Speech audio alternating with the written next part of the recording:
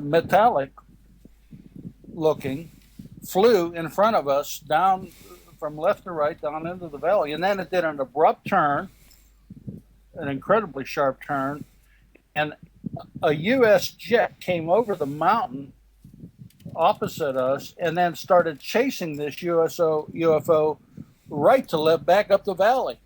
And my mother is right there. We both saw it. I mean, Wow. and we tried to relate what we saw to the family, and they thought we were absolutely crazy. Crazy. But we saw my mother. She'll swear on the Bible. She's still alive. And so that was the big deal. And I had one other. All these things build up, and it makes you realize that there's something out there that's beyond what you understand or know. Mm-hmm. A friend of mine, we would go out in the park and sleep out, overnight in our sleeping bags. And about 1 a.m., we're looking at the stars, and there was this one star. And this was back before we had any satellites in the sky. No Telstar, no Sputnik, no nothing was up there. This was before satellites. And we saw this star move in the sky from right to left, real slow. We watched it over an hour. And the moon was on the left side of the sky. And we watched it, and it went to the moon at the top, and then it did a complete slow circumference of the moon, complete circumference of the moon, and then went into the interior of the moon, like it landed on the moon. I mean, that blew us away. My friend saw it too. And ever since that time, that was a kicker. I have been absolutely interested in the moon. You wanted to know what's there. Why did it get there? What did it do that for? What is up there? What aren't we being told? And that led to eventually, I've had telescopes all my life, but when I retired, I eventually I got a 4.5-inch reflector. But then I recently, last summer, I got me a fairly good telescope and started seriously looking at the moon. So that's what really got me interested in the moon. Wow.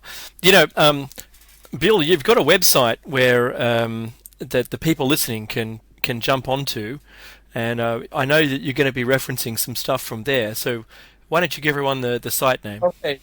It's www.billbryson, BILLBRYSON-astronomer.com. Awesome. I'm going to paste that in the chat room for everyone, because we're going to be making references to this throughout the show. Excellent. Okay. So we were looking through what is interesting about the moon, and just in if we go backwards in time from today, that the most recent thing that happened was that Neil passed away. Neil Armstrong, for everyone listening. Neil Armstrong, yeah. And I remember I was quite young when I watched the moon landings, and for me that's sort of an end of an era of that, going to the moon, from being a kid and dreaming all about it. But I know when you were working on the color of the moon with Jose, one of the things, what was that about Neil Armstrong? There's when they already knew, didn't they? Neil, it's interesting. When right before he went to the moon, and in 1969, he on July 1st, NASA took an official photo of him prior to being on the Apollo mission, right before he took off. And matter of fact, if you go to my website and on search, just up in the upper right hand corner, just search for Armstrong, Armstrong, and go down there, you'll see I have a picture of Neil. He's taken in front of a picture of the moon. And if you blow it up and look at it, it's a color picture of the moon. My contention is NASA has known that the moon has had color ever since day one, but they are reluctant to enjoin the public. Yeah, you're 100% correct. So, but okay, that's fair enough. And since we now actually on the track here, can I ask you why the huge reluctance of letting us know that the color actually the color exists on the moon. The moon is colorful. Why keep that from us? I mean, it's the silliest thing to keep, isn't it? It is in a way, right? It's crazy, and actually, it's been a very successful venture. You talk to any astronomer, and they say, "Well, the moon is a gray dead planet. There's no color." Any astronomer, Mm-hmm. and yet it has so much color. What really got me interested in it was Jose to pursue the color. But the reason that NASA is trying to prevent people from getting interested in the moon, they want it to be presented as a gray dead planet. They don't want people. They do not want people to go up there and look at it like I am. They want it to stay in the back burner, and the reason is because there's things up there that they don't want people to find out and see. And and I've been in my meager quest from my back porch, looking at the moon through a $1,000 telescope, been able to see things that NASA is very reluctant for people to see. So it's really a thing of making the moon as uninteresting as possible, right? So if you say it's drab and gray, then people are less likely to be looking at it. In which case, they're less likely to see the anomalies, maybe activity that they don't want you to see on the moon. So essentially, we're just making it uninteresting, and then people will not look at it. That's really it, right? That's right. When I got my telescope, I had no idea that the moon had all the color it did. Jose is my hero, and when I bought the DVD Moon Rising, and when I saw that, I said, "Man, I've got to see this for myself." So when I got my telescope, even before I made my first video, and I do have a whole bunch of I do live videos of the moon, and they're each about 30 minutes long, and they're live in a sense that I don't cut and paste and I don't edit, and I started experimenting with cameras, and I went out and bought every camera that I could afford. They've got these cameras that are $100, and they got the cameras that are $300 or $400, and then they got these cameras that are $2,000 and $3,000. Mm-hmm. And every one of those cameras will not bring out the color in the moon. But what really got me interested in getting into and most of those cameras are standard definition cameras, like 640 by 480 is the pixel max, and that's what you get. Wow. Sometimes it's higher definition, but it's still in the same perspective. They're not HD widescreen images. Mm-hmm.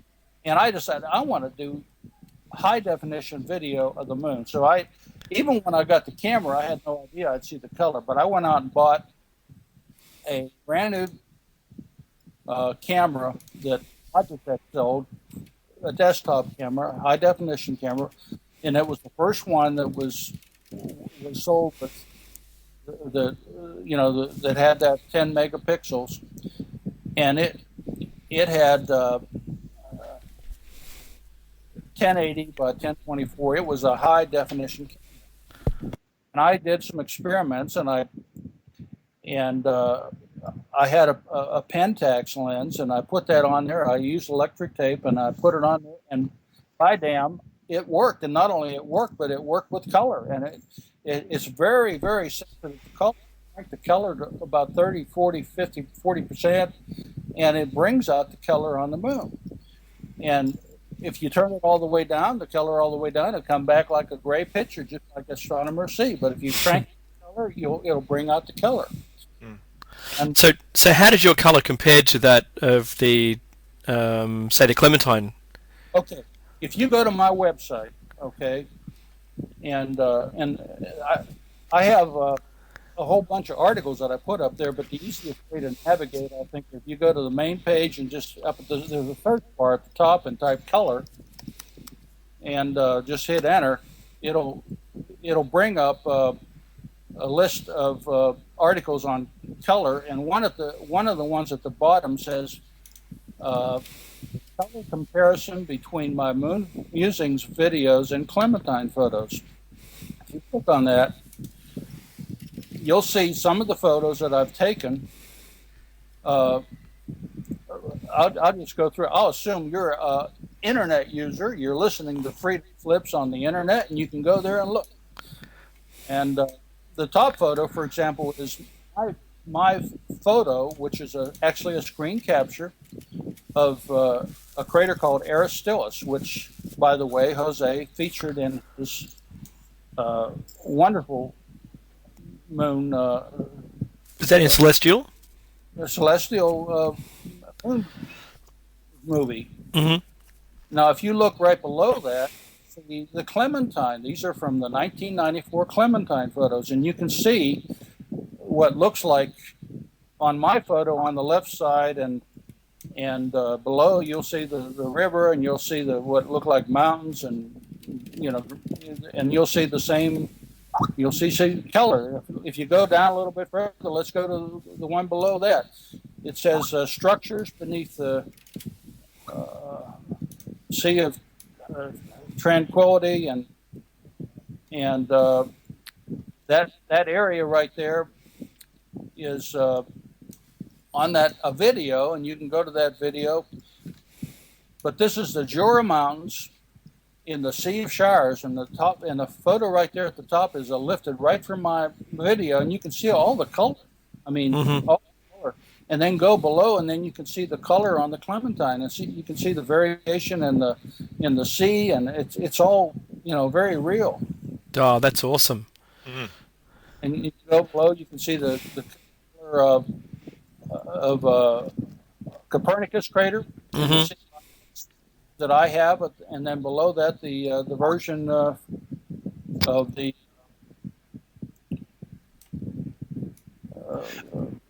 Clementine. I think the key thing here is that viewing the moon in color, and especially these images, which are mind-blowing, guys. So if you're listening to this live, please do go to Bill's website, and if you're listening to this on YouTube, you can go to our show notes and you can find the link there. But the key thing here is that if you do view the moon in these color images, you see a lot more detail, right? And this is key to take away here, because there are a lot of things that you will see which simply defy explanation. Isn't that right, Bill? I mean, there's things here which don't make sense if we believe the moon to be a lifeless, dull rock. That's exactly correct.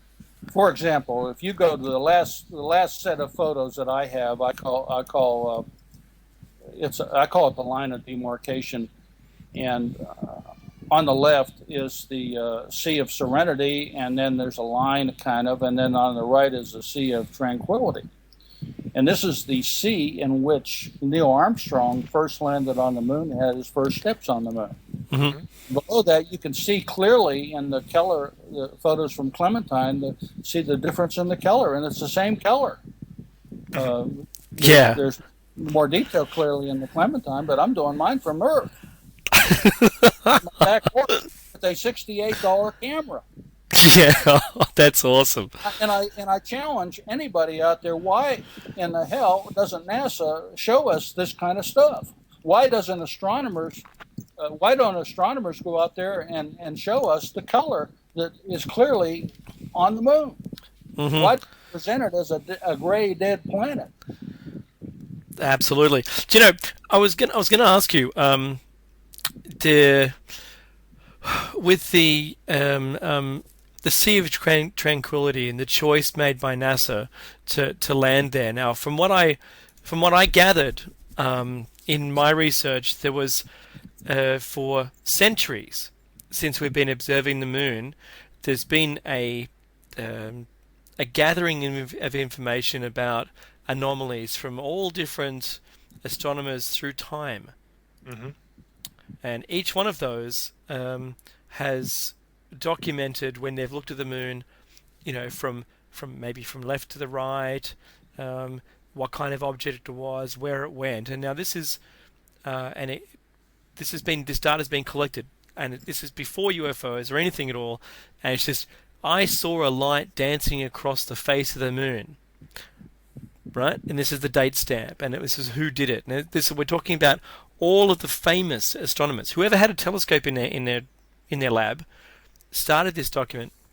And when it got to the point when we were about to land on the moon and make a choice about where we were going to land, that document was brought out, and they said, where are we going to land? Well, which place, the question came up, which place are we going to go to, because we want to go somewhere interesting.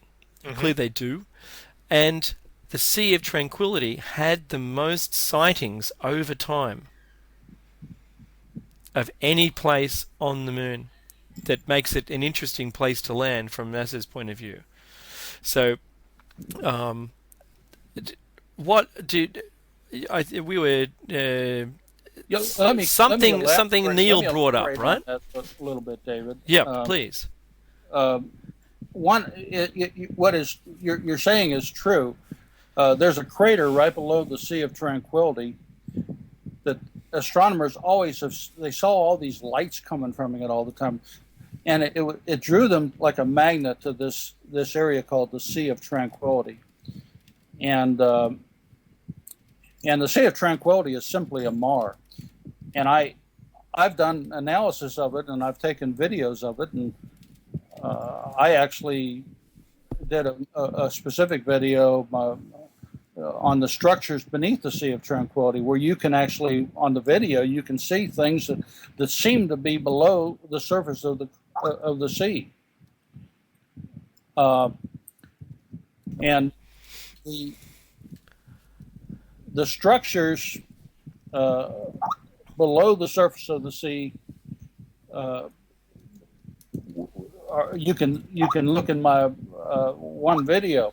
But the thing that I'm trying to say is that one of the first things that happened when Neil hit the ground, and he was talking on live TV, and he said, "We have company," and NASA then they proceeded to block that out.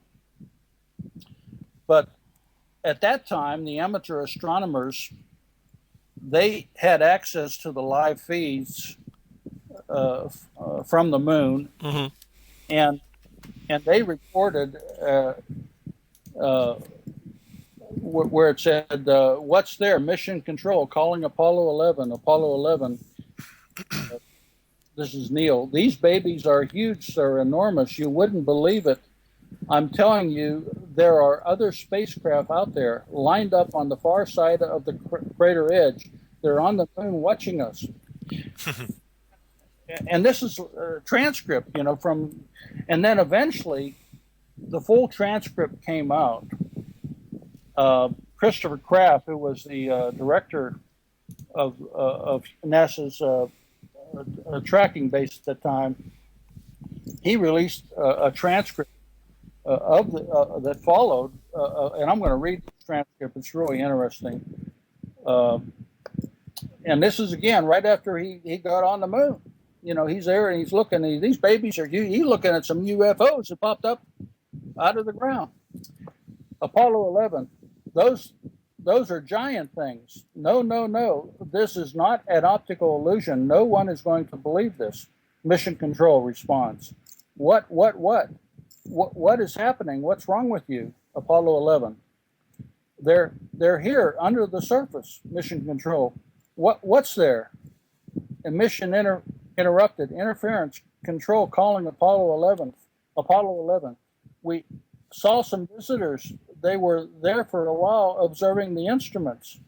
Mission Control. Repeat your last information. Apollo 11. I say that there were other spaceships. They're lined up on the other side of the crater. Mission Control. Repeat. Apollo 11. Let us sound this orbit A in 625 to automatic relay connected. My hands are shaking so badly I can't do anything. Film it? ? Mission Control. Have you picked up anything? ? Apollo 11. I didn't have any film in hand. 3 shots of the saucers or whatever they were that were ruining the film. Mission Control. Control here. Are you on your way? Is the uproar with the UFOs over? Apollo 11. They've landed there. There they are, and they are watching us. Mission Control. The mirrors. Have you set them up? ? Apollo 11. Yes, they're in the right place, but whoever made those spaceships surely can come tomorrow and remove them. And I finished the transcript, and that's the official transcript from Christopher Kraft. Wow, that's incredible stuff. So this naturally leads me to a question, Bill, and this is probably one of the most fundamental questions we're going to come across. This is riveting stuff. This is incredible. Why is it that so few have spoken out? Why is it that this information is I mean, I know why it's discredited, but why isn't it that more people have come forward and are doing what you are doing, in fact, and Buzz Aldrin to some extent and some others? Is the threat so great? Is the fear so great? I think that, number one, most astronomers, they are so aligned to straight science, they will not for a minute accept that aliens might be up there or UFOs might be up there. Even in my family, I'm a Christian, but I understand and I believe that there are aliens and UFOs up there. But most of my family will refuse to believe based on their religious beliefs. And I think that is one of the reasons that people just don't want to believe. And number two, I think NASA has 2 agendas. I think they have a good NASA on one side that's a public NASA, and then there's a dark NASA like Richard Hoagland talks about. And I believe that's true. I believe the dark NASA has access to all this information and is doing everything in their power to prevent people from seeing it. Whereas the good NASA, they don't. Even, for example, here's a real good example. Clementine. The Clementine base photos that we have are incredible and detailed, and they're all in color. But yet, most people refuse to believe that they're real. Or Yeah, true. Well, and why Jose gets so excited about what I've done is collaborate everything that he has done. I've proven that the Clementine photos are real, and the color is real, and it just happened that I did it with a $68 camera that was designed to be very, very sensitive to color, probably more so than most astronomy cameras are. For example, I posted my videos there one time up on Cloudy Nights, which is an incredible forum for astronomers. There are 35,000 astronomers that go there all the time. Mm-hmm. And they gave me the cold shoulder. They thought I was crazy, and they didn't even want to talk to me about it. See, what they're interested in is they're interested in taking these deep space photos of nebula and and they say, well, the moon doesn't have anything on it. There's nothing interesting up there. Mm-hmm. Well, they're all crazy. This is actually it's incredible. It's I don't know. People are deliberately ignorant. They're deliberately closing their mind to things that they can't explain. And I mean, it's still true that we know less about the bottom of the ocean than we know about the sky, and we know less about the moon than we know about the the Andromeda Nebula. So the immediate things don't seem to hold our interest for very long, and maybe deliberately so. You're right. Maybe there's dark or bad NASA, which is trying to keep us well away from all of this information. Dave, we dropped off the server? Yeah, we dropped off the server, but we're still going. Okay, great. And We'll still record anyway. Okay. And cool. I know that Hawk also. I noticed he dropped off at the same time, but I Okay. just posted in the chat room, and we should be on in a sec. Okay, so Bill, yeah, we'll keep going because we will post our recording on YouTube for hopefully many more thousand people or thousands of people to listen to. So that would be great. Exactly. So we'll just yeah. Hang on a second. I'm just going to say. So, but this look, and we have come across this as well, Dave and I. We've been doing this now for this show since the beginning of the year almost, and both Dave and I have been researching these phenomena for decades, privately as a hobby, if you will. And there's definitely some kind of knowledge filter. There's definitely a concerted effort, I think, underway. And has been for some time to keep certain information, and this particular topic we're talking about here today is one of the major ones they're trying to keep under wraps from the general public. There is no free information sharing anymore that I think. Would you see that in a similar way, Bill? Absolutely. I'll give you another example because we're talking about the Clementine photos and how wonderful they are and how divorced people are from their existence, and if they see them, they think they're all Photoshopped. It's all just fake. Mm-hmm. If you go to my website and just type pipes, P-I-P-E-S in the search bar, Yep. You'll see an article come out called "Puffy Clouds Seem Suspended Over Pipe Complex Found on Moon in Repsol. Yep. Crater." Yeah, got it. I was made aware of this, by the way. A friend of mine, Henning Kemner, from 2010 The Countdown YouTube channel, he discovered this about, I would say, 6 months ago. And quite frankly, I didn't know where it was. And I spent an awful lot of time just trying to find the damn thing. And I did find it. And if you go down in my article, you'll see a picture of it. Yep. Click on that picture, it'll come up full screen, and then if you click on it again with a magnifier, you can actually see very close what looks like a pipe, actually pipe suspended above the surface with shadow beneath the pipes. And now, if you pursue it further, and you look on my website, the picture below, not only are there pipes, I looked at the black and white photos from lunar orbiter black and white photos of the same area, and you can see what appears to be puffy clouds Yep. above those pipes. Yeah.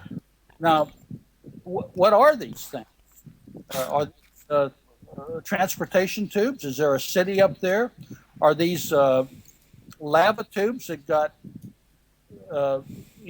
maybe, how lava would go through a volcano and then it erodes down? It's just It leaves the tubes. Yeah, that's right. Unfortunately, though, apparently there is no magma on the moon, so there's no iron core. So while this information or this kind of theory would be correct on the Earth, according to accepted scientific theory, there is no lava activity on the moon. So lava tubes couldn't be the reason, Very strange. and they kind of look like weeds, don't they? Guys, these pictures are brilliant. I cannot stress enough that you guys have to go to the website. You must check out these pictures for yourself. We can talk about this all day long. These pictures speak for themselves. Please do visit Bill's website and take a look at these photographs for yourself. He didn't make these up, right? These are pictures that you could actually take yourself if you had the equipment, So Yeah. That's one of the reasons I said. You asked me to be on your show, and I said, well, it's hard to, my forte is video and photos and things, but we have the common knowledge that most of these guys are listening to your radio show or sitting in front of the computer, so they can go there if they want to. Now, Exactly. one thing, if you look at the top picture, the top photo, I say unusual pipe complex found in Repsol crater on the moon, live link. That live link actually will take you to the Clementine photo at the at the Clementine server site, and you can explore that area for yourself. It actually will take you right there, and you'll see the. So I'm not making any of this up. This is from a government server, a NASA server. I've just pasted that directly into the That's- chat room for those people that are going to be hearing this. Oh, good work. Let me give you another example. If you go to the top of my website and type Plato, Plato, and hit enter. It's an And interactive radio show. How cool is that? Sorry, go on. I know. And at the top it says strange system of tubes discovered around Plato crater on the moon. Mhm. And go down and look at this photo, and I did a couple blow-ups. And this is one that I basically discovered in my, just kind of looking around. And if you look below, you'll see what appear like there's tubes, and who knows what they are. And on the to the left side of the Plato crater, there is what appears to be a conical shaped seashell. Mm-hmm. Yep, So- I see that.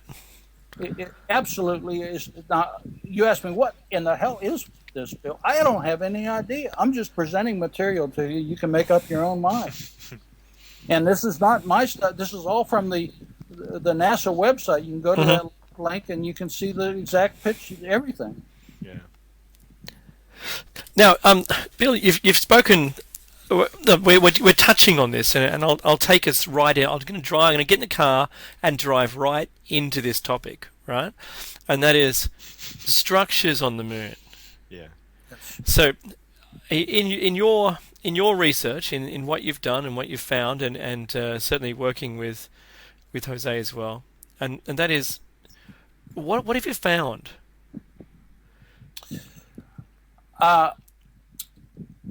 I have found through my own telescope a number of different things. One of them is an object that looks like a tongue. If you type in TONGUE and click on tongue on the moon, you'll see an object, and I've circled it on the and I have a backup. You'll see an object that looks like a tongue sticking out of the moon. Okay. How it is. I've pasted that link in. I'm just going to keep pasting. I won't have to mention it again. If you're in the chat room, you know what I'm talking about. But it looks like Wow. the man on the moon is sticking his tongue out at you. When I look at that one, I'm looking at all of the other images and all the other things that's pictured in that one, in that photo, and not the zoom in, but when in the original, which is I won't bother saying it, but it doesn't match anything else in there in this shot. So there's nothing else like that in the whole thing, and it doesn't look to be just a bad pixel or anything like that. It doesn't look like it was photographed incorrectly. No. And if you go, there's a video clip right above at the top. You can watch the video, and I'm moving around. I'm exploring it. I mean, these are all just lifted from the video, so it's real. And if you go to the very bottom photo, you can see that it's even zoomed out. You can even see it. Yep. I don't have any idea what it was or what it is. Look, this is really important stuff as well. And in fact, there are quite a few, I guess, observations by I guess respected or accepted astronomers, which are in line with this. There's on July 29, 1953, John J. O'Neill observed a 12-mile-long bridge straddling the crater Mare Crisium. And in August, the British astronomer Wilkins verified its presence, right? So I haven't heard of this since then. I mean, that's just one of them. There's lots, isn't there, Bill? Go on. No, there's lots, and I've seen some things where there's looks like on the side of a crater there is. I think this is in Celestial. There's it looks like over time there was something constructed, and the domes, the glass domes, and Meki asked this question before, and it's what's the easiest way to disguise something in a photo? Now we all know we've all got Facebook, we all take photos of stuff, but aren't they just doing that? What do you think it is? Do you think it's they're just turning up the contrast and making it black and white to disguise stuff? That's my impression. Okay, I'll show you. I'll give you an example of what they're doing. Okay, right from my website. Yep. Uh, Which, by the way, everyone, is billbryson-astronomer.com. Go to my search bar up there at the top. Yep. I'm glad I did the search bar. See, I wasn't going to put it in there, but now it's coming in pretty handy. That's great. And type in Jenner, Jenner. Yep. And it says, what is NASA trying to hide from the public in Jenner Crater on the southern sea on the far side of the moon? These are things that I've discovered myself. In some cases, I belong to a forum on Facebook called Lars, and Brett on Lars brought this to my attention. But if you look at the pictures that I have there, the top picture of a crater called Jenner, it kind of looks like a normal picture. Yep. But if you take that picture and I brought that picture in to Photoshop and did saturation shadowing, and you can see clearly that there's a box in the middle of that crater. Okay. NASA backed that up. That's it's clearly, guys. Again, if you just go to the website, you can clearly say once you do the contrast work that Bill has done, you can see it's a regular box that's blocking something in the crater. That's right. Now, and see, I pursued it a little bit further. I said this was taken in 1994, so I went back to the Lunar Orbiter Mosaic black and white photo of that crater. And you'll see below that you can see that there's some kind of a structure in there. Yep. Mm-hmm. And then it's like a pyramid or something. Right. You go down a little bit further, and you can see the Apollo 8 black and white photo taken of that same crater in I think it was 68. And I did a close up of it, and you can see there's clearly a structure there. Mm-hmm. This was Apollo 8 in 1968. And so basically, you can look at if you go to the very bottom, the last picture I have, you can see it. And it kind of, if you take a really close look at that last picture, what does that look like? That looks to me like there's a dome on the left side, and it looks like the light's reflecting off that dome. It looks like that might be a domed city on the moon. I have to agree with you. It completely. It's definitely a three-dimensional structure. It's yeah. And if you recall, if you watched Celestial, Jose had one dome crater on the moon, and in Keller it would have really come out. And I'm sure they didn't want you to see that, and that's why they took it up. But that's what they're hiding. That's amazing. Isn't it though? and even on the zoomed out shot, which I'd probably say we're at 200 miles above the surface on that on the high res raw image. Probably 75 miles or so. Okay, all right. So maybe I was just translating poorly with kilometers, but that's what it appears to look like for me. And immediately my eye is drawn towards that, and I recognize it straight away. But they clearly have blocked that out in the 1994 Clementine color photo. Wow. Yes. Oh, there's no doubt about that whatsoever. Mm-hmm. You don't have a naturally occurring rectangular shaped black box. I'm sorry, it just doesn't happen. No, absolutely not. Okay, I'll give you one that's really going to blow you away. Uh-oh. Go on. Yeah. Go up to my search bar. Yep. And type Manilius, Manilius. The guy who attacked Troy, huh? Okay. There we are. Oh, I love this. Is my favorite. Spacecraft seen sitting in Manella's crater on the near side of the moon, 1968 photo.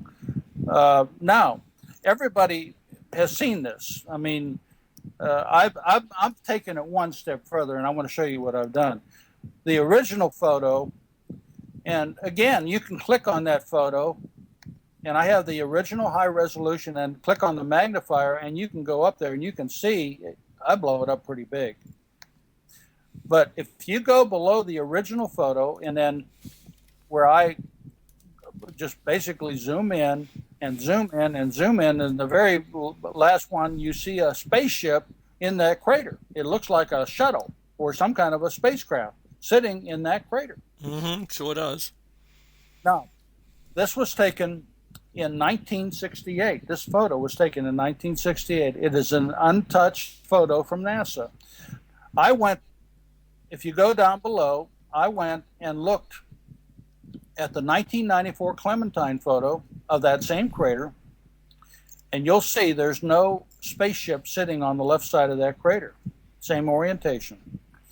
You go below that to the lunar mosaic of Manellas. There's no spaceship sitting in the left side of that crater. You go below that. I have a verification shot just to prove that I'm in the same spot. And you go below that to the Google Moon photo of that same crater, and you will not see a spaceship sitting on the left side of that crater. What does that tell you? That tells you that that was a UFO, and it was at one point in time, sitting on the left side of that crater.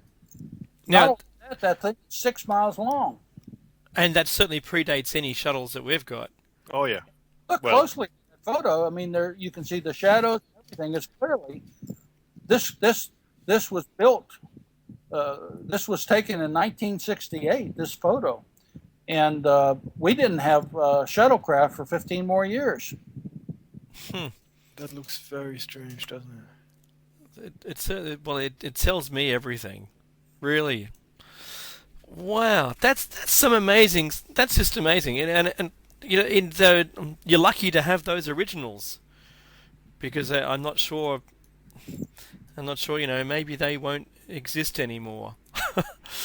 That is why, friends, when I'm posting all this stuff on my website, I'm actually uploading the originals and mirroring them on my site. So, and actually, when you click on the photo, you're getting the original because you can zoom in with a magnifier and see.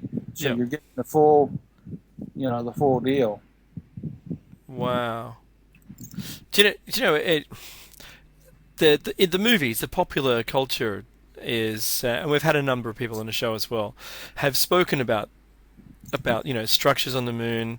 And there was a big mistake, and Mars for that matter. There was a big mistake made recently in the news. It was, I think that some director or something at NASA talking about. I think that the premise on the show was, the cancellation of a lot of the moon, returning to the moon. Yeah. And he slips up and says, Buzz had always wanted to go back to Mars. Yeah. Have you seen that one, Bill? Oh, but I believe it. Yeah. And there was two people that said that very same slip up on different shows at different times. And you really know what I think about that? I think that we've been flying to the moon and Mars since in the early 50s or late 50s. I think we were flying before we were on the moon. I have to agree with you. Yeah. Yep. There's a lot of evidence. I haven't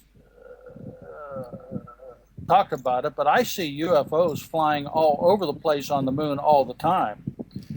And let's see if I can show you one. I got to find it and then tell you what to search for. But I think that we right now, and the Russians as well, have craft. Do a search on my at the top of my website for Ducks, DUCKS, fleet of UFOs lined up like ducks on a pond fly across the May 2012 supermoon. And again, all these photos are lifted right from my videos. I do these videos, these are live videos. Wow.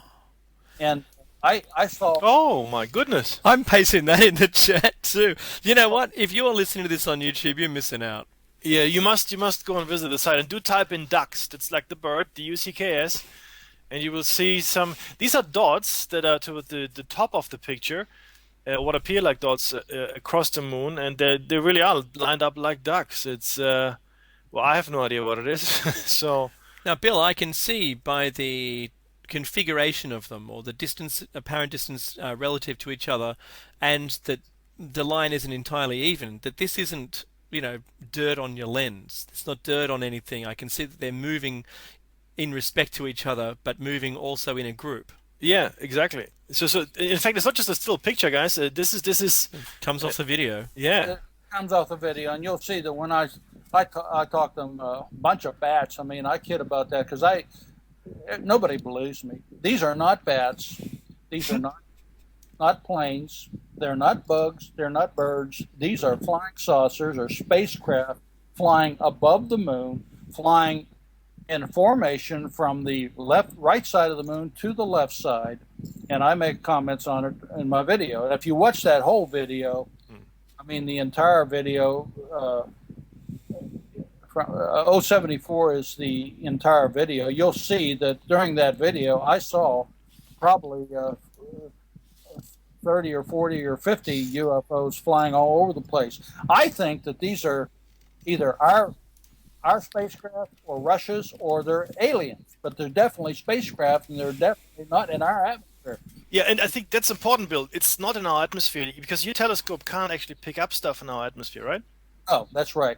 A lot of people don't realize it, but my telescope is designed in such a way. It's a reflector, a Schmidt Cassegrain, and you could take your hand while I'm looking at the moon and put it in front of the lens of that telescope. You won't see anything. And move it up and down, and you won't see anything.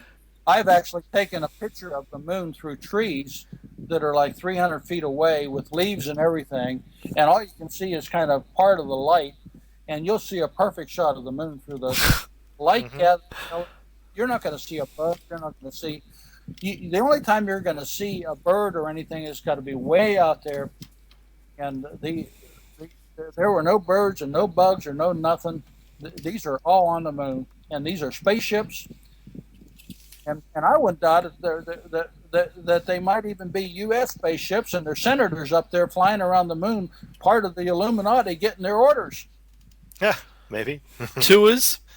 Getting their tours, their private tours, so they'll go along for the ride. Guys, sorry, Dave. I think we're going to talk about the same thing, yeah? We say this flippantly, right? The truth is, no, far be it from it. These are real possibilities that people are getting guided tours of Moon, Mars, and flyovers and whatnot. We know that Skunk works out of Arizona and Nevada, and we know that out of secret facilities are working on technology well beyond us, and we also know that this technology exists already, kept from us. So we might say these things, and Bill might mention these things in a flippant way, but there's more than a kernel of truth in these things. Dave, please give us your comment as well. No, I'm with you. Most of the UFO sightings that we see, and everyone out there who sees them, we can't. And what Stanton Friedman said was, if only one of those, and I'll take us to the break, if only one of those is real, is from outside of Earth, then aliens exist. Simple as that. If only one of them is real.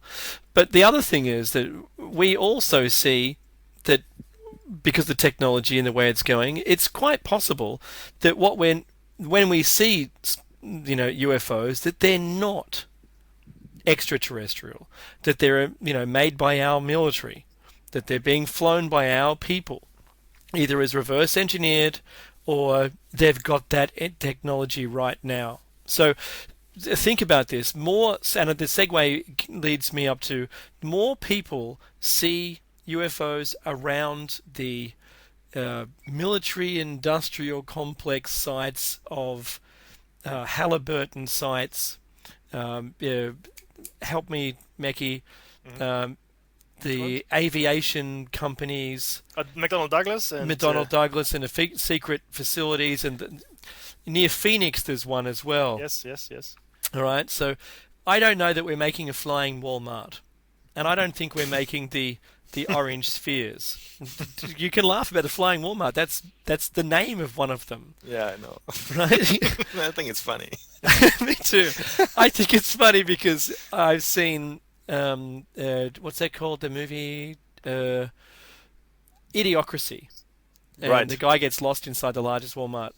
Look, what I know is I've seen things myself. Bill's seen things himself. The guests we have too, and if only one of those was extraterrestrial, fantastic. I'm happy. I know everything. Well, I'm kidding. But when you see that, there's things on the moon traversing the front of the moon, the face of the moon, otherwise we wouldn't see them because black against black, you may not see them, but black against an illuminated moon, for centuries, please understand this, everyone, it's not uncommon. We've been watching them. All right, so I just think, honestly, if you are listening to this on YouTube, please check this stuff out. It's really important. And look, we're about to hit the top of the hour break and station ID, and as soon as that music starts up, and I always preempt it, I shouldn't do this, we're going to see you after a short break on the other side. Damn. Why can't I get that timed right? I'm going to have to set my clock on my PC. Or Hawk, you need to get back to the actual time. There you go. It's coming in now. There we are. I'll speak to you guys after the break. Don't go away, guys. All right, take care. I'll see you in a sec.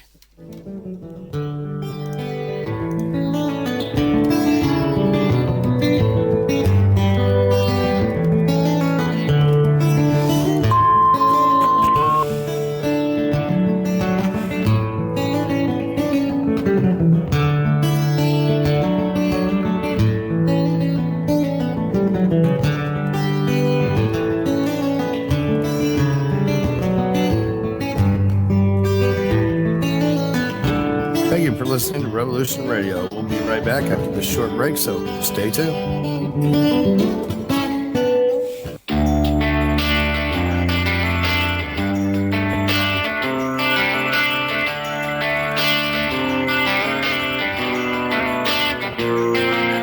This is Thomas, a.k.a. a Mad Painter. I'd like you to join me Monday nights, 10 p.m. Eastern Standard Time for Open Canvas. Don't forget to bring an open mind. Yes, folks, that's right. Bring an open mind to an open canvas. Again, that is Monday nights, 10 p.m. Eastern. UFOs to government corruption. This is Revolution Radio, freedomslips.com. You don't need to expect us. We're already here.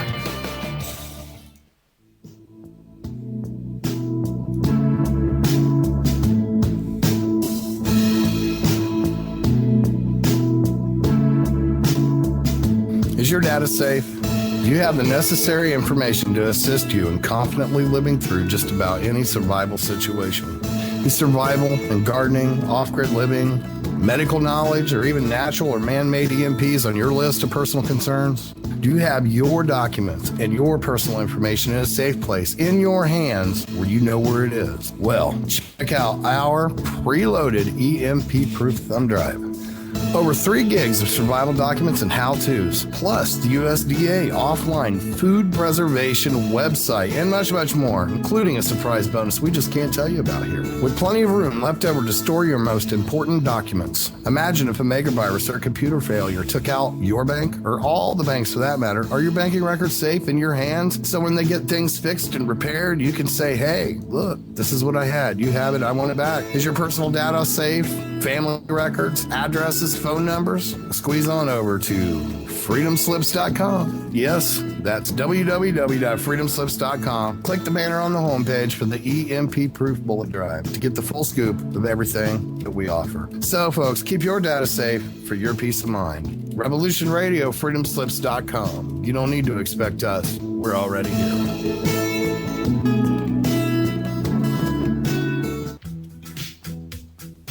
Intuitive improvisation. It's the secret of genius. Oh, I see. I put my pants on, So, just like the rest of you, one leg at a time. I guess I'll have to watch. Guess what? I got a fever. And the only prescription is more caca. Uh-huh. I turned cities into salt. Oh, okay. You gotta come work for me. Right. Uh-huh. I could get you in now. You love it. Nobody tells you when to go to bed. If you want to call in, sure. All day, all night. If you want to fight or you got something more important, You eat all the ice cream you want. I'll take that too. You're talking to me all wrong. It's the I'm wrong tone. not adding all these people. I don't know all these people. So, oh, I see. Right. Uh-huh. Yeah, I'm challenged. Changing reality with the hijacker. Monday through Friday, 4 p.m. Eastern.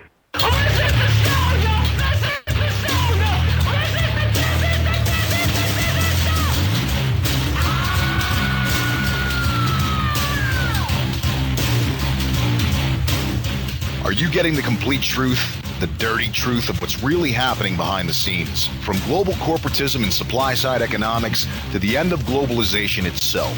Suppressed knowledge by corporate America and the mass media.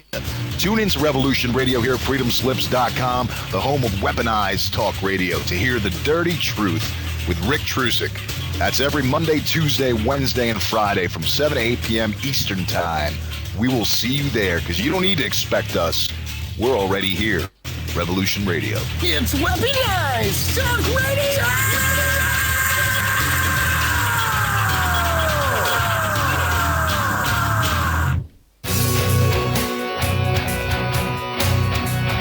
All right. Thanks for listening while we took that short break here at Revolution Radio, freedomslips.com. And now we're going to get back to your host.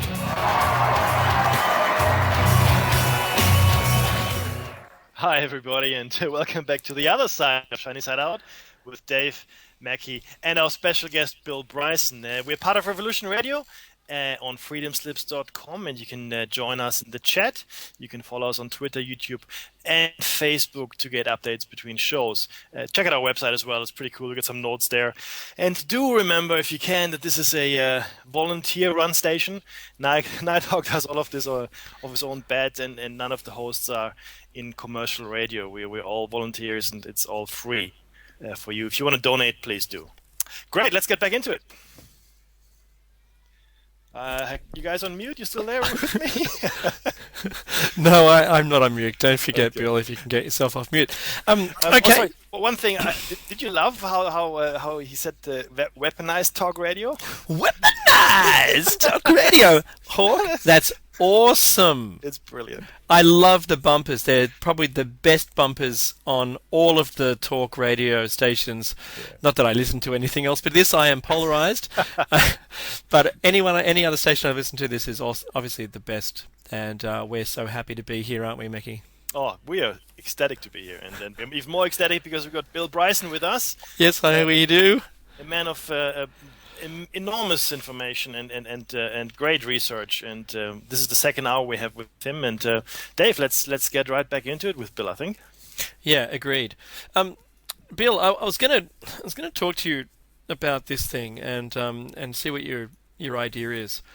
If everyone remembers the Charles F. Bolden Jr., the NASA administrator, who is the 12th administrator of NASA, when he put that warning out to all the staff of NASA in his lovely office there with the American flag in the background, his preparedness video, and asking all the staff to have a bug out bag and do all that stuff, and come to work, of course, when the S hits the F. Yes. We can say fan, I think. We can say fan. When the stuff hits the fan and you're a NASA employee, you come to work. Awesome. While your family has to look after itself. But if you have done the right things, your family is going to be, well, who knows? That doesn't really matter. You'll have to eat your pets. Now, it's funny. That fellow when he was over here talking to a bunch of... No, I'm getting to a question, Bill, I promise. When he was over in Australia talking to a bunch of uni students, trying to... I think they might have been physics or something, majors. He was talking to them about these two satellites that NASA have sent up, and they're called Ebb and Flow, and they're monitoring the gravitational forces around the moon to try to determine, just monitoring it, I say measuring it, right? They'll obviously make an image, a gravitational image of the moon. However, when he was asked about those, now he wasn't out just to do that, but he was asked about it by one of the more clever people, maybe more switched on people in the audience.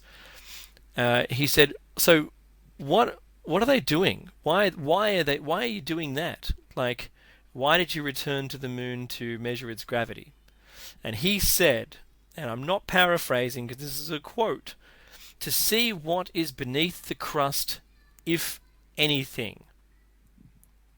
So that leads me to the question of the hollow moon and whether it's the moon itself is artificial, which Mekki and I just love the concept. Well, and I've read a lot on it, and I've seen the pictures. You've all seen the pictures of a dark moon with the lights coming through, like infrared, and like they're coming through a hollow moon, and also Aristarchus, how the lights coming out from some kind of a nuclear plant, or who knows. Yeah, I've seen that one. Yeah, and I've read the book. There was a guy that wrote a book. Who Built the Moon? I've got that book. Yeah, same. It's right in front of me. It's worth $300 now, paperback. I think all those books. I've got them all, and I've read them all. But there was a book that was written about Saturn, and the guy. I can't remember his name, but he hypothesized that the moon was built in the rings of Saturn and then dragged over and put it in orbit. I don't know. I can tell you one thing. The moon is always facing us, which implies that one half of that moon is heavier than the other half, which implies that it could be hollow. And the other thing is, whenever the astronauts did their seismic tests and it rang like a bell for 3 hours, that kind of makes you think too. Mm-hmm. That's my favorite quote. And then they did it. They replicated the experiment again. Yes. I would say though the reason they're going up there to do a gravity test on the moon might not have anything to do with what you're thinking. I think it might have to do with Nearbu coming in if it's real. And why did they have that alert to the employees, and why did the president go to the underground bunker on that same day that everything was going to happen and it didn't happen? I mean, I think they know an awful lot of stuff that they're not telling us. And what about Nehemiah Station in Antarctica, and what's going on? I think there's just a lot of stuff that they're not telling us. I think it joins an ever-increasing list, to be honest. And all it does to me, it whets my appetite to continue to look at the moon and to do my best to show things that I can uncover through other photographs that people took from satellites and orbiters, and through my own visual sightings through my $68 camera, from my little porch. Now, why in the hell doesn't NASA divert the Hubble telescope, the greatest achievement of science, to look at the moon? I'll tell you why, because they don't want people to see what's up there. Mm-hmm. Do you know, I was looking at the NASA website, and this is in line with what you've got here, and they talk about the current and past missions, and we're going to go from the past through to the current, right? So the lunar timeline, they got Lunar and Zond, that's the Soviet lunar missions, the Ranger, which is lunar impact missions, the Surveyor, Lunar Orbiter, Apollo, Galileo, Titan, Clementine. So we know where that is in our timeline, guys. So there's AegisSat, That's the commercial telecommunication satellite. That was a NASA mission, current and past missions on the moon. Yes. Right. A commercial telecommunications satellite? Wow, okay. So that's important now. They've now got telecommunications directly from the moon. So obviously that's for the establishment of the base, what I reckon. So we've got Smart 1, which is the lunar orbiter. They've got another lunar. It just keeps going lunar orbiters. They don't look like they land anything else until the L-Cross when they impacted that. And lunar reconnaissance, they got Changes or Changas, which is the lunar orbiter, and more missions. Okay, and the Grail. But here we go. This is an interesting one. This is the future missions that they've got lined up. There's the Lady, LADEE, which is NASA Lunar Orbiter Dust Environment Mission. There's the Moonrise, which is the NASA New Frontiers Sample Return Mission. Now, they're currently studying whether that's going to be a viable thing. And of course, we know that they had all their funding sucked out of them. And here's the one that I really like. This is the Lunar A, the JAXA, the Japanese space mission, was meant to be Lunar Orbiter and Penetrator mission. And that's cancelled.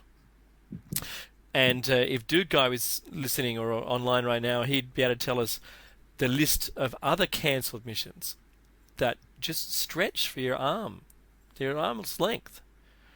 Of the ones, and I think he was talking about one of the Apollo missions, which was going to have a core sampler, and that was cancelled. Why do you think they canceled? They had the last Apollo mission. They had 2 Apollo missions ready to go, already paid for, yet they canceled it. And one of those, which is the Saturn rocket, is now on exhibit. Mm-hmm. Right. That's the actual rocket that never flew. Right, and I went down to Houston and I saw the Apollo landing craft in the hangar. I mean, it was an immense thing that would have flown, and now it's just a museum piece. I think that they make contact. Like I read to you at the beginning of the show, a transcript by Christopher Kraft of Neil Armstrong seeing UFOs, spacecraft on the moon. And I think they made contact with these people, and something happened, something transpired, and they basically probably were told, we don't want you to come back, or they decided, we don't want to go back because they got too much, they might blow us out of the sky. They might have had a warning, or somebody warned somebody. I don't know what to believe, but I just know, I know the facts, and I know the history, and the history is we're not going up there. And we could have gone up there. We could have set a base up there, and we decided against it. And I think it was probably because they saw something up there that scared the bejeebers out of them. Mm-hmm. I'm with you. The audio tapes and the telemetry from one of the Apollo missions, when they looked out, I think Buzz was talking about this one, looking out the window and getting an ID from Houston about what it was that he was looking out the window at. And he said over and over again, where were the tanks? Where was the external tank? And they said it's 400 miles to their left or something, right? Yeah. And he's looking out the window going, well, that's not what I'm looking at then. Right? And so they report that they were being followed or escorted. Not really, probably escorted is probably a bad word, but traveled with across between the Earth and the Moon the whole time, and when they got there, they were there as well, just observing. Probably so, in similar fashion to the Foo Fighters of World War II. Yeah, and that doesn't stop, does it? No. It doesn't. It takes us back to that, and then, of course, we've got our February 25th, 1947, I think it was. Mm-hmm. 47. Our logo, Bill, if you don't know, is when 41, I think 42. 40. Yeah, was it 41? Yeah, I forget now. It was during World War II. Yeah. Yeah. So it was 8 weeks after Pearl Harbor, and this is the one, Bill, if you're familiar with Jose, is he wants to do the Battle of Los Angeles. Yeah, I've seen the videos of that encounter and read the stories. It's a very real thing that happened. And how and why? The thing I ask is, why on earth would you push Roswell out there when this is the real one? Yeah. And it's been ignored. This has got more data. Oh yeah, crashed aliens. Yeah, great. Yeah, but there's more people that saw this, and there's more. We have the U.S. evidence. military shooting at it, my friend. I know. It's there was quite a bombardment happening for a number of hours. That it was a huge event, and you're right. I mean, this is probably one of the most muted events in history. And it predated everything else. So Bill, you've seen them yourself. We're talking about the moon, exclusively here. You mentioned maybe that we've got, tours going with the Illuminati, and whoever it is getting. Do you think you're with the moon base? That do you think we have, or Earth people have a base there?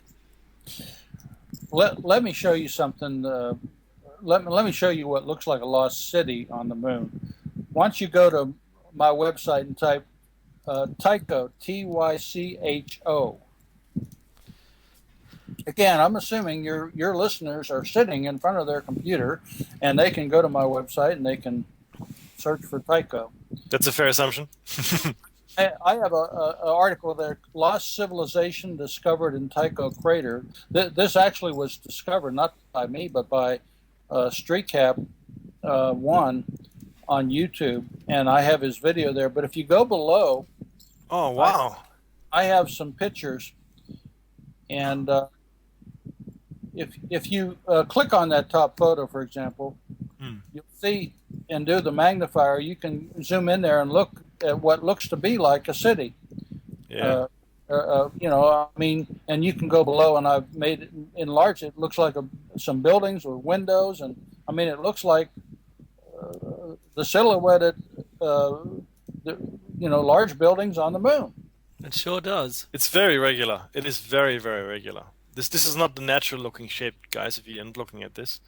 And this photo was taken from an official NASA photograph. Mm-hmm.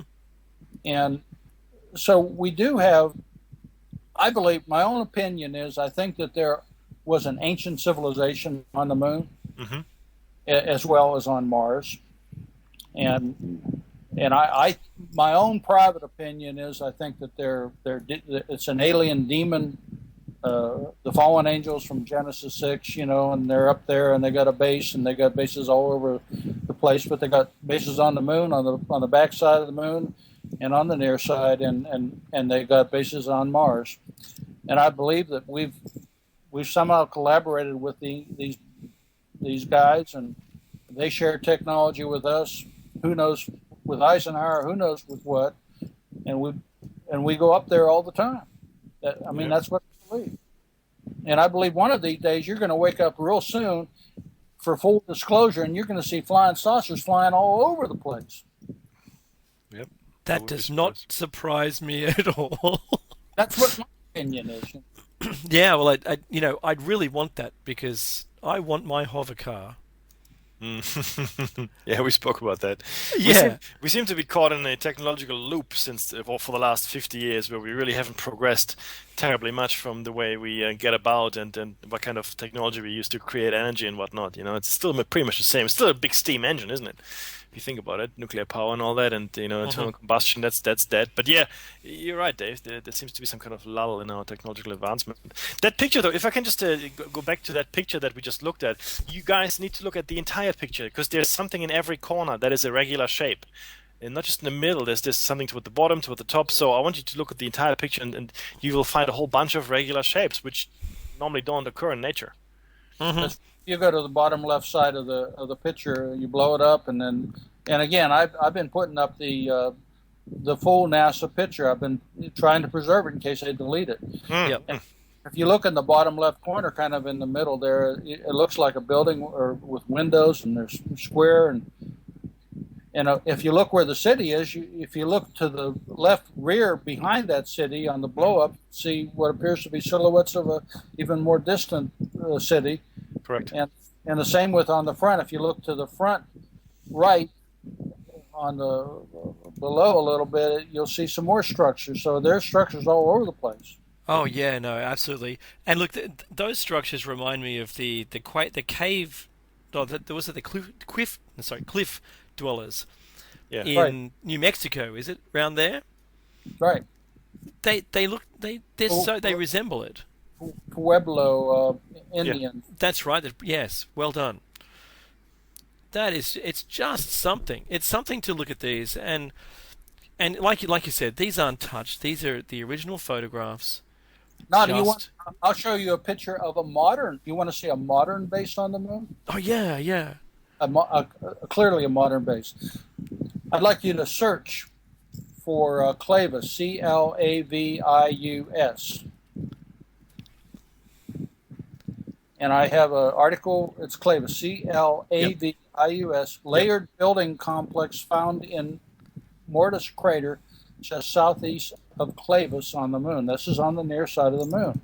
I hope your server is going to be up to this traffic. Because this is going to get a lot of traffic, Bill.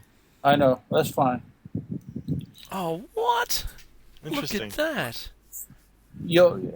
I do a couple pictures, you can blow it up, but if you go below, you'll see a closer look, you'll see what clearly looks like a layered building complex, and you can see through, it looks like some kind of a modern airport where they would fly in or land on the top, or fly in on the pods, or now if you go below that, I have what is a normal crater with a pile of rocks, so you can see that Clementine will show you a pile of rocks if there's a pile of rocks, but these are Clementine photos, and they did not censor this, but old Bill, he found it.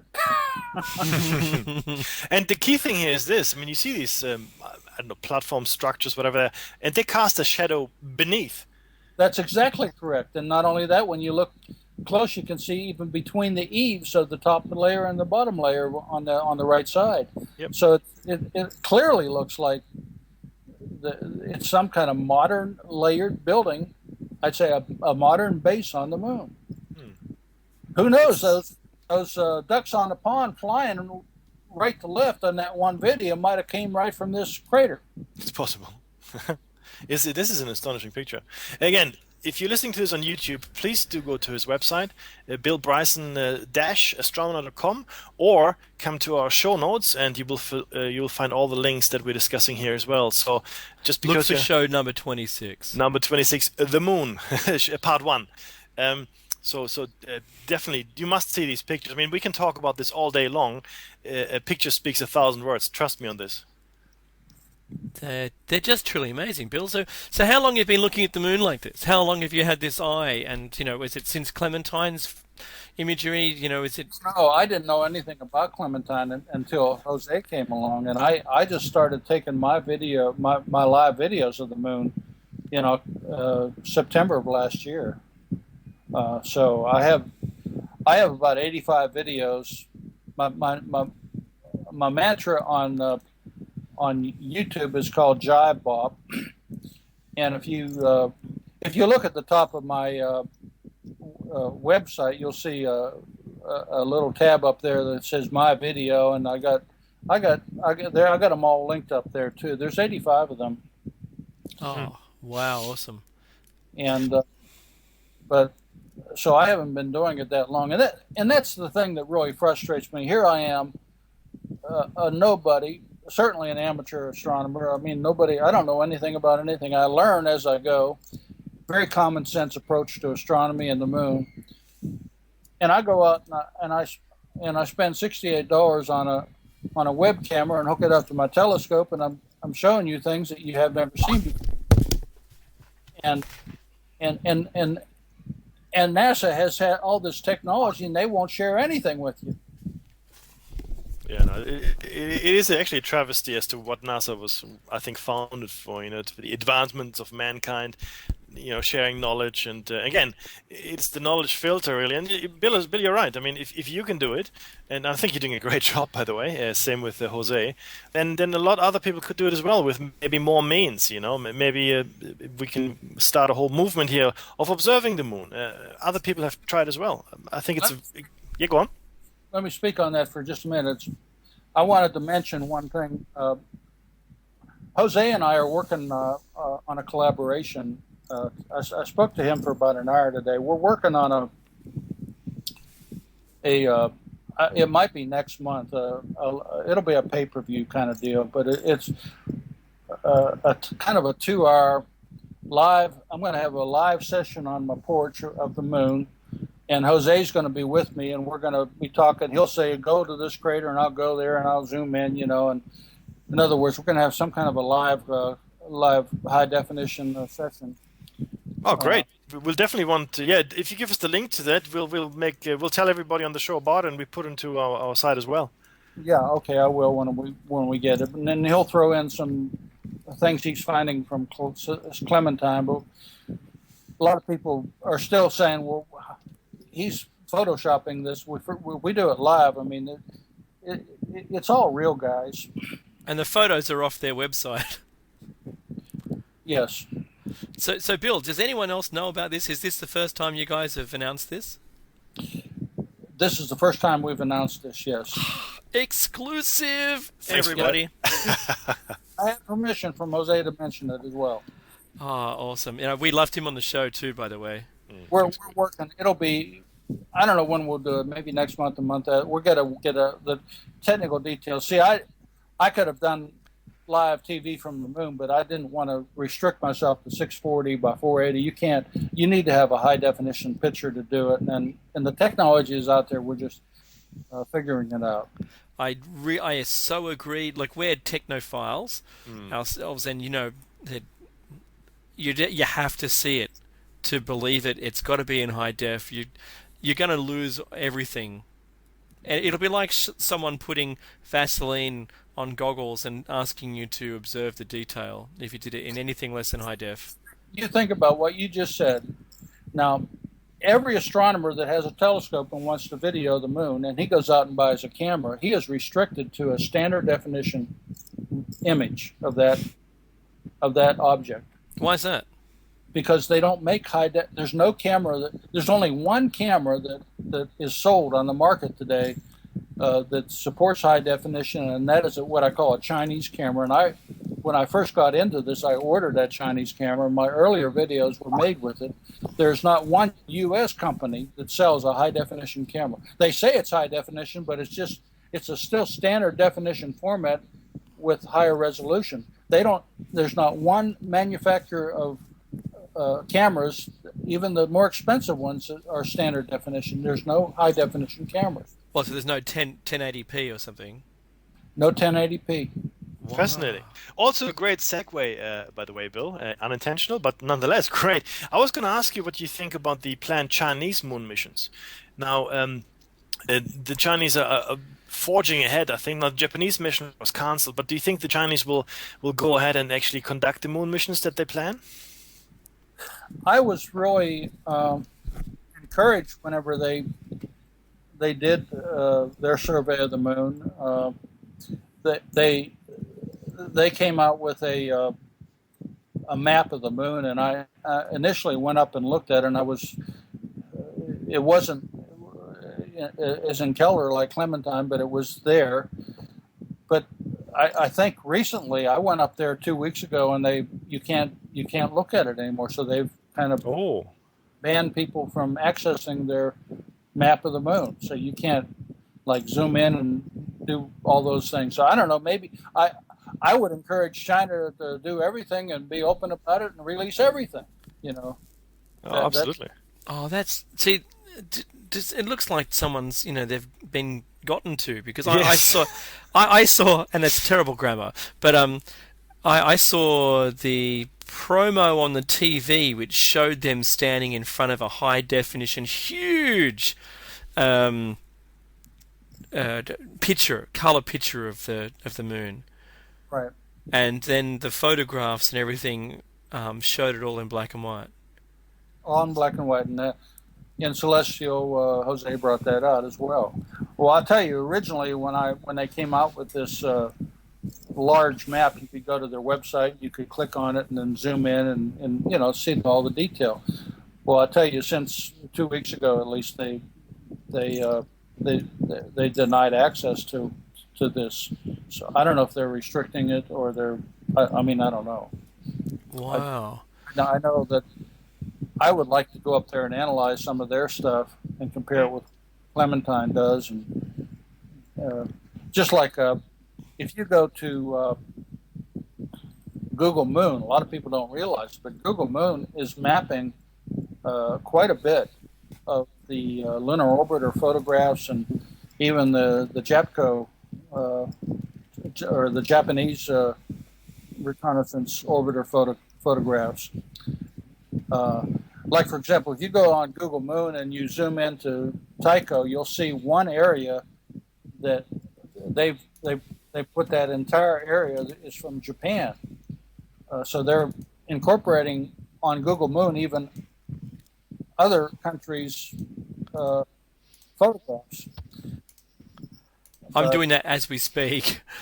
And yes, you can just search. Wow.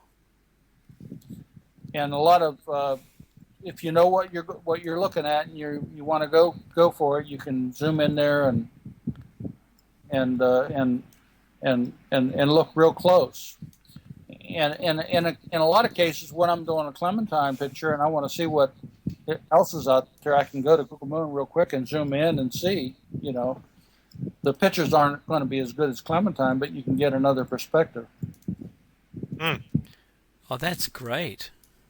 They do have some very interesting and very well done stuff on Google Moon, especially around the Apollo 14 landing site. You can go in there and you can see very real details of where everything landed and superimposed on the photograph and with what looks like a river, and it's well done. Well, I think I'm on 16 and having a look at that, and that's some really high-res photos. Well done. There's been some conjecture as well about the some of the footage, the film footage that they've had, where it's classified as a different place at a different time, but in fact, when you overlay them, it's exactly the same place with the same rocks and the same shadow, about an hour apart. Yeah. Right. And so it was meant to be over a week period, and 1 week was the other side of the week, and they're meant to be in different places. So where that film went, who knows, and what it was, who knows that too. And there's been conjecture that some of the moon landings were fake. I mean, I don't know. I really don't know. I do know that I believe some of them were real, and there might have been one or two that were fake, but who knows? Do you know what I think? I think since we've been doing this, hey Mecca, join me if you want on this one. and it's your option, right? You don't have to. You can disagree. I know. And that is, how about this? They go there, they do their landing, because we can see the evidence that they've been there. There's tracks and everything. How about just the footage didn't turn out the way they wanted it to? Maybe, with those UFOs there, or the structures there, or, you heard when you read the transcript that, did you put the mirrors up? Maybe they just didn't want, or they couldn't show us those because they wanted to conceal so much about, we call them the visitors, that they couldn't put that to air. So they had to replicate the film of it in a studio, just so they were really there in parallel to them filming it in a studio. What do you reckon about that?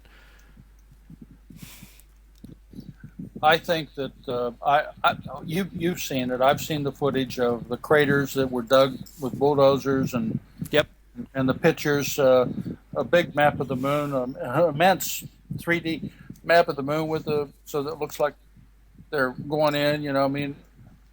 So it looks like the view from the orbiter or the lander is there traversing the surface looking for their landing site.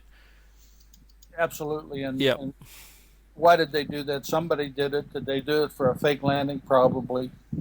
Or are they all fake? I don't know. I really don't. So I think the fake landing conspiracists stumbled upon something, but see, my thought is that the reasoning behind it was because they couldn't show you the real footage.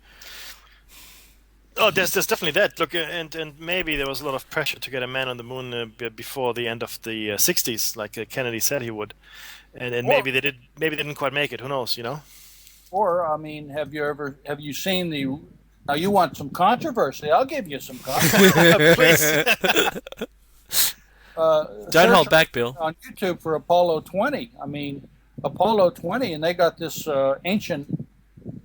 There's video, and it shows us this. It looks like a spaceship crash, and with all this Egyptian kind of stuff on it, and then they eventually get these mummified remains of the astronauts out of there. The women, the Mona Lisa, with these bone things on them, and then they drive a rover right up into a city. I mean, that's a controversy. I mean, is that all Photoshop? I have no idea.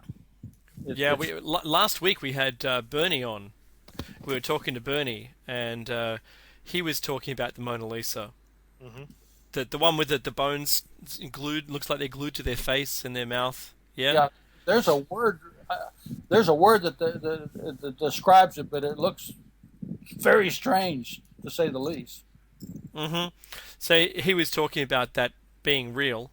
And it might have been real, but I mean, do I know? I can tell you one thing. Let me tell you one thing for sure. You saw that video. You know what I'm talking about, of that craft. I actually, and I haven't. I'm going to do it for my website. I'm going to do an article on it. But there is a spaceship that crashed on the moon that I think looks exactly like, shape-wise, like this one that we see in that picture. Mm-hmm. And I mean, it has the same contours. And I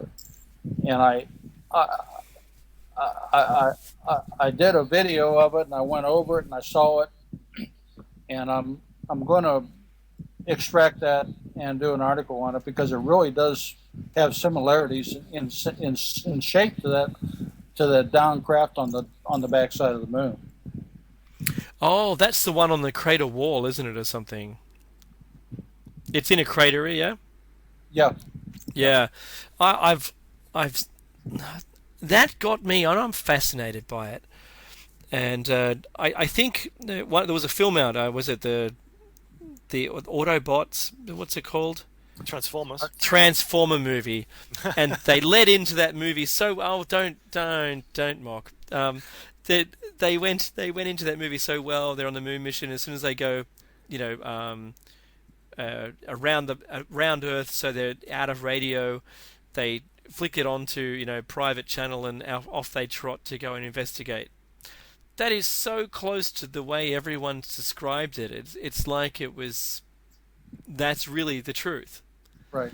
Right, that they went and found this stuff. Well, I'm not going to say they're Autobots or whatever, but Kennedy talking about. Yeah, it's so plausible that they did that. And there's even I've listened to someone else talking about one of the moon missions where they were on the NASA log. They said they didn't do any EVAs or whatever it is, yeah, extra vehicle activities, and they didn't. There was one of them where, in fact, they did, because the conversation log said that they were doing something out the top hatch, which is rare, to have a look to see where they were, because all the dust came up when they landed and they couldn't see. So he had to go to as an instrument landing, and they were off course. They didn't know what their actual altitude was. The whole thing was all wrong. But they popped the hatch and they stuck their head up and to see where they were, and there's comments at that point as well that I can see that thing that's there that followed us or whatever. So, and on the NASA log, it has 0 EVAs for that mission. Like, they didn't go out the top hatch or whatever it is, yeah. So there's a discrepancy between the audio log and the flight log, and if you only question one thing and one thing becomes apparent that they weren't doing the right thing, you have to question a lot. That's exactly right. I mean, yeah, as soon as you've got one grain of doubt, then it puts everything into doubt. Mm-hmm. And why is it that I look at the moon and I'll be up there and I'd say every 4 sessions of the moon, okay, every fourth time, I'll go up there and I'll see UFOs, these shadows flying all over the place. But yet on some days I don't see any. But others I see fleets, So there's something up there, and I think they're probably a collaboration of humans and aliens, or who knows. Mm-hmm. But the thing that bothers me about it all is NASA knows about it, and they're not talking about it, and they're keeping everything away from the public. And my mission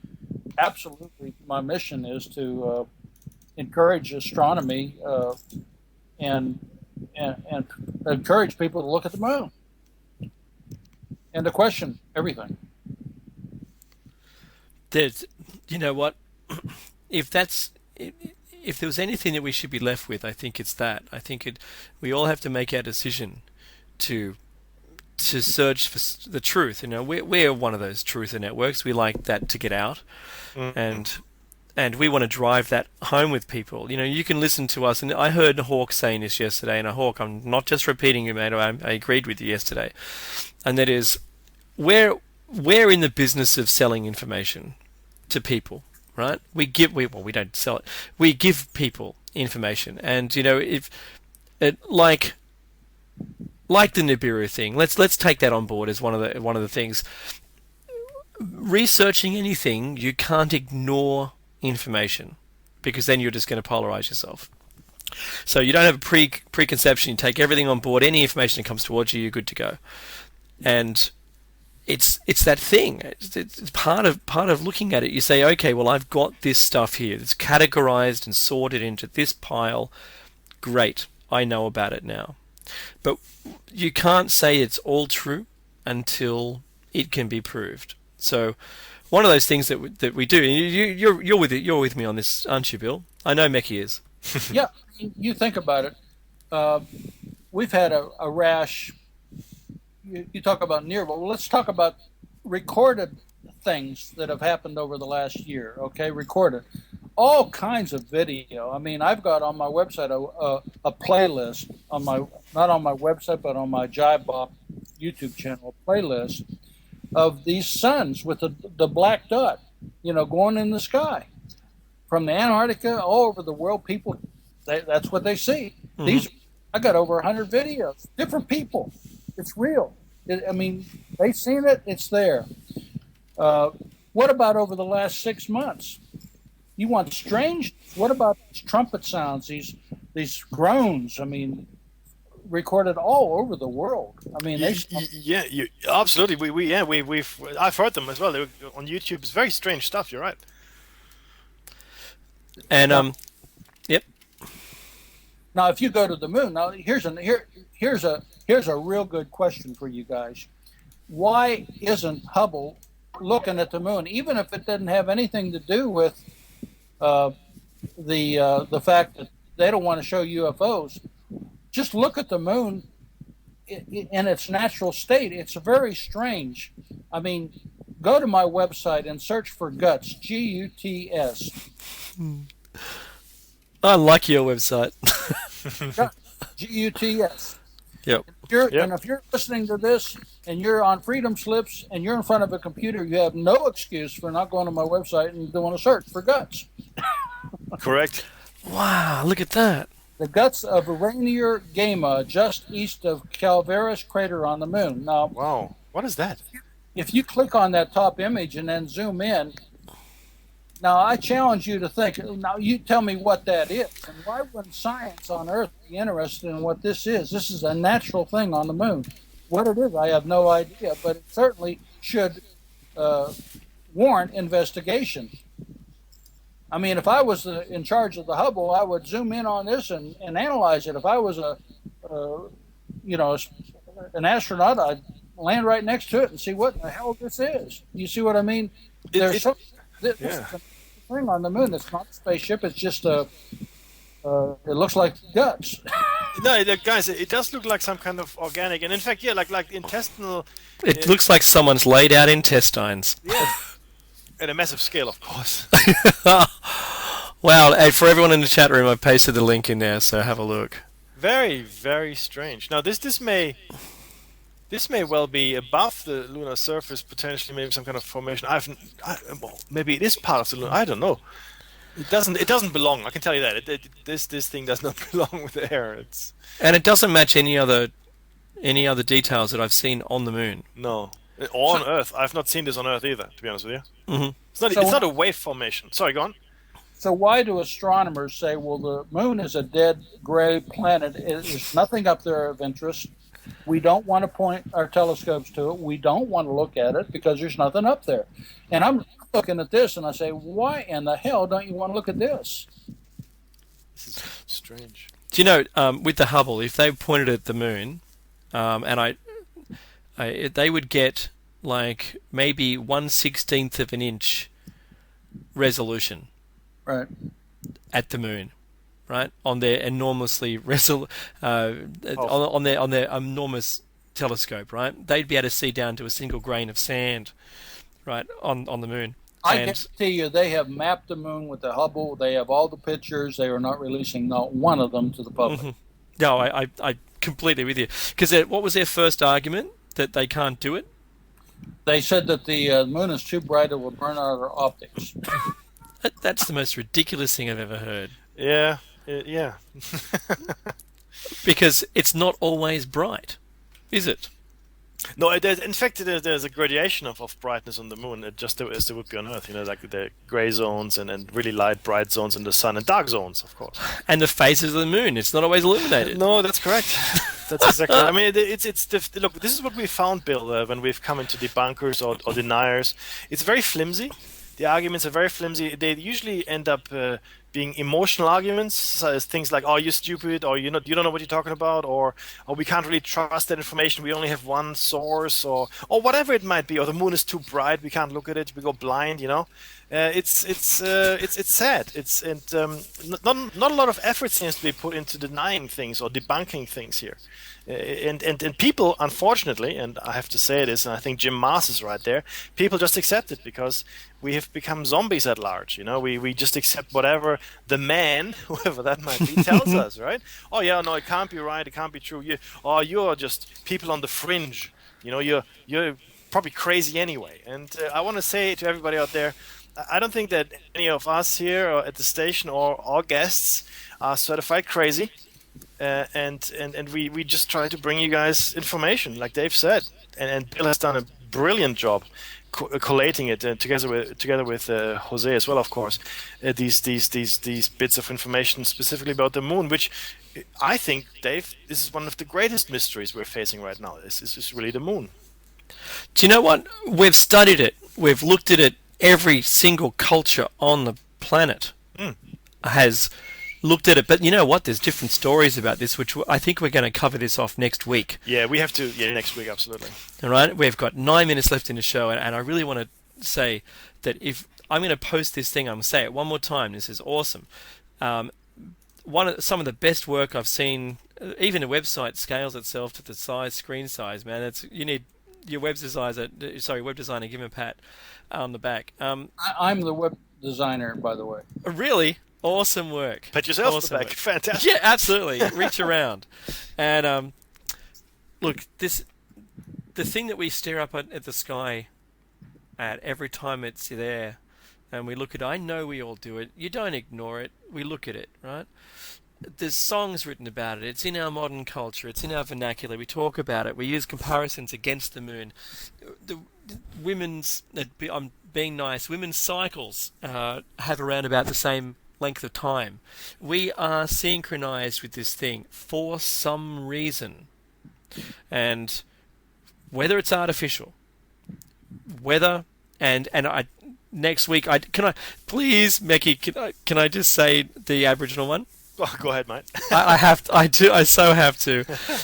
This is an interesting thing that I found when I was doing some research on the moon, and there's an Aboriginal story. We'll let you do next week. We'll do the Greek one, right? Sure. I'm letting him do it. I don't control the show. So this is the Aboriginals of Australia have a Dreamtime story, and it's how the moon got into the sky. Now, this story is from the Cape York Peninsula, which is the northern tip of Australia on the east coast, and it says many years ago people realized that a light was needed at night time because they found it difficult to walk around to hunt. The sun lit up the daytime, but they needed something at night time.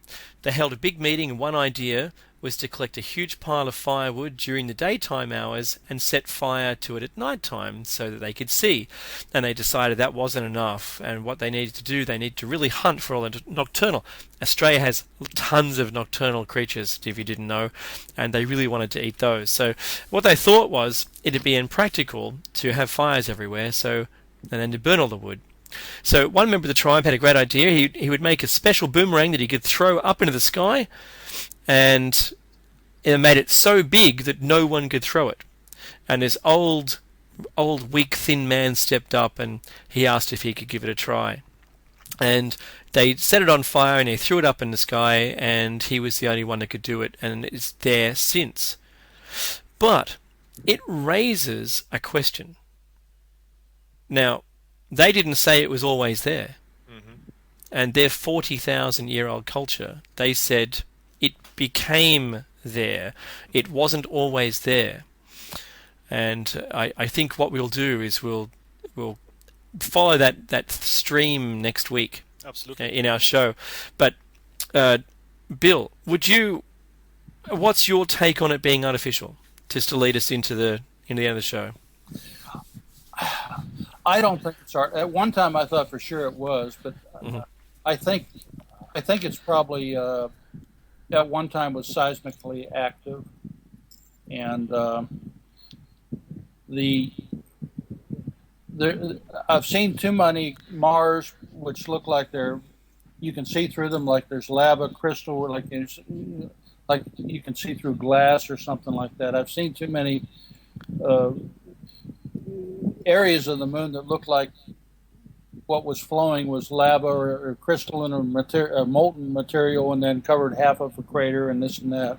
I even ran across a Russian video where a Russian astronomer, was awarded a thing because he determined it was an active planet. And you can search for the word active on my search, and you'll see that thing. It's a diploma, and you can blow it up. It says, for his remarkable telescopic and spectral observation of luminescent phenomena on the moon, thereby showing that the moon is still an active planet. And I kind of agree with that. I think that the moon is probably an active planet, at least at one time was. Could the activity have been, because I know that some of those references, could it have been that there's industry there of some kind, or manufacturing or something that's producing some of the plumes and the things that are active? Definitely, and then you get to why all the shallow craters? Yeah, that was my next question. Layer of titanium on top, probably. Is that built? Well, I don't know. I mean, I weigh it and I look at all the things that look like lava, and then I see the craters where they're all shallow, and why the mountains in the middle of the craters, And yeah, good point. Maybe it's not that. Maybe there's a hard ball under there. Maybe it's hollow. Maybe it's this shell. And this is and the dust on the outside is the only thing covering it. Yeah, that's the key. The truth is this: there are 5 competing theories on how the moon was formed, and none of them answer all the questions about the moon. So we don't really know yet how the moon. We do know one thing. We know that it rang like a bell for 3 hours. That's right. Exactly. We know that for a fact. Yeah. Now, either it's ringing like a bell because it's totally hollow, or it's got a lot of caves. Mm. Yeah, or it's a metal, or who knows. And that's it. But see, the thing is this, Bill, and I think if not nothing else is being taken away from the last 2 hours we had we were lucky enough to spend with you, then it should be this.